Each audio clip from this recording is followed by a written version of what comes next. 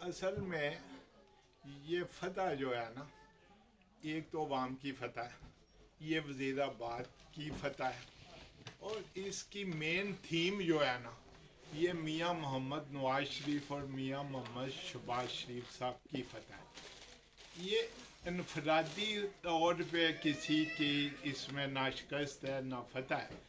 اصل میں جو یہ تھیم ہے نا پاکستان کو بنانے والی، یہ میاں محمد نواز شریف صاحب نے اور شہباز شریف صاحب نے اس ملک کو بنایا اور سنوارا ہے۔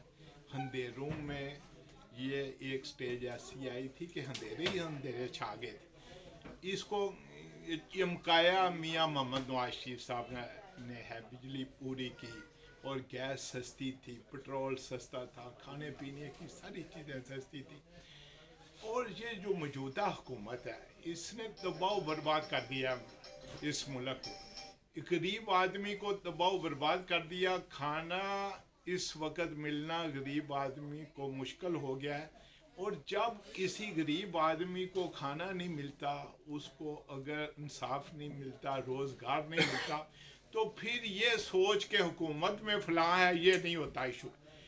ہر بندے کو بنیادی جو سہولتیں ہیں وہ ملنی از حد ضروری ہے، اور عمران خان کی حکومت میں ڈیولپمنٹ ہونا تو ممکن نہیں ہے۔ ایک پیسے کی ڈیولپمنٹ اس ملک میں جب سے عمران خان آیا نہیں ہوئی، اور جب میاں نواز شریف صاحب اور حکومت شہباز شریف صاحب کی تھی، ایسے محسوس ہوتا تھا کہ ڈیولپمنٹ کا فلڈ آ گیا ہے، اور اس ملک کو ایٹمی قوت بنا دیا۔ اس غریب ملک کو جو اس پوزیشن میں نہیں تھا، ایٹمی قوت بنا دیا، اور اس ملک کو سنوار دیا، بنا دیا۔ اب اقتصادیات کو تباہ کر دیا گیا، اور یہ سازش ہے، یہ جو ہے نا ورلڈ وائڈ سازش ہے کہ مسلمان ملک جو ایٹمی قوت ہے، ان کا خیال ہے حملہ کرنے سے تو کسی بھی سٹیج پہ اس کو، ان کا خیال ہے ایسا نہیں ہو سکتا، مشکل ہے۔ تو انہوں نے آرگنائز کیا، عمران خان کو مینج کیا، اور یہ جو سلیکٹڈ یہ وزیر اعظم ہے، سلیکٹ کیا گیا اس کو۔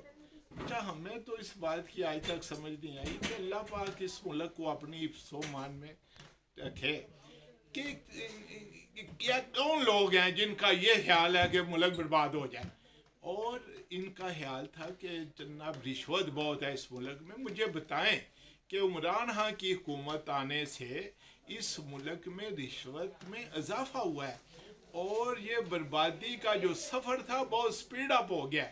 انشاءاللہ تعالی میاں محمد نواز شریف صاحب کی حکومت آئے گی، عوام نے فیصلہ کر لیا۔ یہ وزیر آباد سے جو فتح ہوئی ہے، سیالکوٹ سے ہوئی ہے، اور کے پی کے سے جو ہوئی ہے، یہ پیغام ہے ان افراد کے لیے اور ان انسٹیٹیوشنز کے لیے کہ یہ جو ہے نا عوام کا اب یہ فیصلہ ہے کہ میاں محمد نواز شریف کو پھر وزیر اعظم بنایا جائے، کیونکہ جو فیسیلیٹیٹ انہوں نے عوام کو کیا ہے اور جو سہولتیں انہوں نے عوام کو دی ہیں، عوام کی یہ خواہش ہے وہ حکومت میں آئے اور غریب آدمی جو ہے چولہا جلے اس کا۔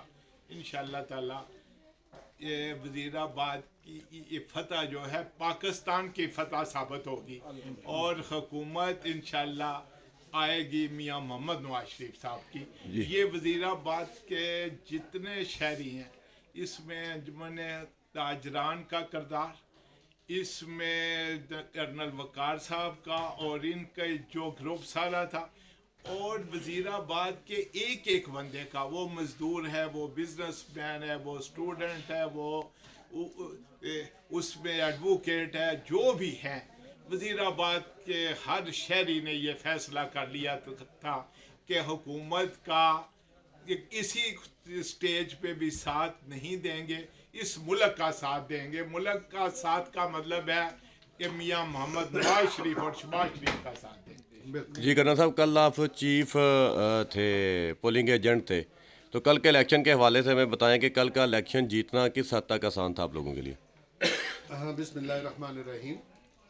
میں یہ بات بتا دوں کہ یہ والا جو الیکشن تھا، یہ بہت بہت ہی زیادہ مشکل الیکشن تھا، کیونکہ ہم یہ الیکشن صرف پی ٹی آئی کے ساتھ نہیں لڑ رہے تھے بلکہ حکومتی مشینری کے ساتھ لڑ رہے تھے، اور یہ بات ثابت ہو گئی۔ ہم الیکشن سے پہلے، آپ کو یاد ہوگا آپ نے پہلے بھی انٹرویو کیا تھا، اس میں نے ایک بات کہی تھی، اور وہ یہ تھی کہ اگر عمران خان صاحب کی حکومت فری اینڈ فیئر الیکشن کرواتی ہے تو ہم 35 کی 40,000 کی لیڈ تک جیتیں گے، پرووائڈیڈ کہ یہ فری اینڈ فیئر ہوتا، جو کہ نہیں تھا۔ اور اس کا ثبوت رات کو جو ہم نے کیس پکڑا ایک پولنگ ایجنٹ کے اوپر، وہ ہم نے سینڈ بھی کیا، مریم نواز صاحبہ کو بھی ہم نے بھیجا، اور یہ اس بات کا غمازی ہے کہ حکومتی مشینری پوری طرح انوالو تھی۔ میں چونکہ وزیر آبادی ہوں، ایک مسلم لیگی گھرانے سے میرا تعلق ہے الحمدللہ، میں یہ بات بتاؤں کہ جو وزیر آباد کا ٹرینڈ ہے پچھلے کئی سالوں سے، وہ یہ مسلم لیگ کا گڑھ بن چکا ہے، اور میں ہمیشہ یہ کہتا رہا ہوں کہ وزیر آباد شیروں کا ڈیرا ہے، اور جو شیر ہے باہر کسی اور کو الاؤ نہیں کرتے، اور یہی ہوا، اس دفعہ پہ بھی ثابت کیا۔ میں یہ چونکہ پہلے کہہ چکا تھا کہ 35 سے 40,000 کی لیڈ سے ہم نے جیتنا تھا، اور یقین جانے as a chief polling agent میں کل ہر پولنگ اسٹیشن پہ گیا ہوں، اور وہاں پہ میں نے اپنا ایک انالیسس تیار کیا۔ یقین جانے کہ ہر پولنگ اسٹیشن پہ، چاہے وہ قدرت آباد تھا، چاہے الہ آباد تھا، چاہے نظام آباد تھا، چاہے مین بازار تھا، چاہے ماڈل کالونی تھا، جس جگہ پہ میں گیا ہوں میرا ایک ہی سوال ہوتا تھا، اور وہ یہ تھا کہ آپ مجھے بتائیں کہ کیا تناسب، کیا ریشو تھی جو کہ ووٹ ڈالنے کی، تو جواب یہی ملتا تھا کہ 70 اور 30 کی ریشو ہے، مینز کہ 70% مسلم لیگی ووٹ تھا اور 30% جو ووٹر تھے باقی جماعتوں کے تھے۔ اس حساب سے میں نے اپنا انالیسس بنایا کہ ہمیں 35 سے 40,000 کی لیڈ ہوگی۔ خیر الیکشن ہو گیا، 5 بج گئے، مجھے کال آتی ہے تقریباً 5:30 پونے 6 بجے کہ جی ورچوئل یونیورسٹی میں کوئی بوگس ووٹ ڈلے ہیں، وہاں کا جو پولنگ ایجنٹ ہے، چونکہ میں اپنے نمبر ہر جگہ پہ دیے ہوئے تھے، وہ مجھے کال کر رہے ہیں۔ میں وہاں سے بھاگا ہوں سیدھا، اور ادھر میں پہنچا ہوں کیا نام ہے پولنگ اسٹیشن پہ، تو آگے سے ایک بہت ہی زیادہ وہ ہجوم تھا، مسلم لیگی سپورٹرز بھی تھے، پی ٹی آئی کے بھی سپورٹر تھے، اور سب سے آگے پولیس تھی۔ بحث یہ چل رہی تھی کہ جی ہمیں اندر جانے دیا جائے۔ جب میں پہنچا ہوں تو طاولہ طارٹ صاحب نے کہا کہ کل صاحب آپ چونکہ چیف پولنگ ایجنٹ ہیں، آپ اندر جائیں۔ مجھے پولیس نے روک لیا اور میری بحث مباحثہ ہو گیا پولیس کے ساتھ۔ میں نے پولیس کو یہ کہا کہ جی دیکھیں، آپ کا کام ہے لا اینڈ آرڈر کو مینٹین کرنا، میں چیف پولنگ ایجنٹ ہوں، اور آپ مجھے کسی طور بھی نہیں روک سکتے یہ چیک کرنے کے لیے، ورنہ میرا چیف پولنگ ایجنٹ بننے کا کیا مقصد ہے؟ آپ لوگوں نے، حکومت نے یہ اتھارٹی دی ہوئی ہے نا کہ ہر پارٹی کو حق ہے کہ ایک چیف پولنگ ایجنٹ نومینیٹ کرے۔ اس نے مجھے الاؤ نہیں کیا۔ میں نے کہا، میں نے پھر ظاہر ہے میں بھی فوج میں رہا ہوں، میں بھی قانونی باتوں کو سمجھتا ہوں، میں نے ڈی ایس پی صاحب کو میں نے کہا ڈی ایس پی صاحب بحث کرنے کی ضرورت نہیں ہے، آپ مجھے لکھ کے دے دیں کہ آپ نہیں چیک کر سکتے، اور اتھارٹی لکھ دیں کہ اس اتھارٹی کے تحت میں خاموش ہو جاؤں۔ جب انہوں نے یہ سنا کہ یہ کنگ صاحب نہیں ٹلنے والے اور ان کو بھی قانون کا پتہ ہے، اس کے بعد اس نے کہا جی ہجوم منتشر ہوگا تو ہم آپ کو جانے دیں گے۔ خیر انہوں نے اپنی بات چینج کر دی۔ میں نے پھر عطا اللہ طارٹ صاحب سے ریکویسٹ کی کہ اپنے ہجوم کو پیچھے لے جائیں، اور پولیس کو میں نے کہا آپ بھی اپنی پارٹی کو پیچھے لے جائیں۔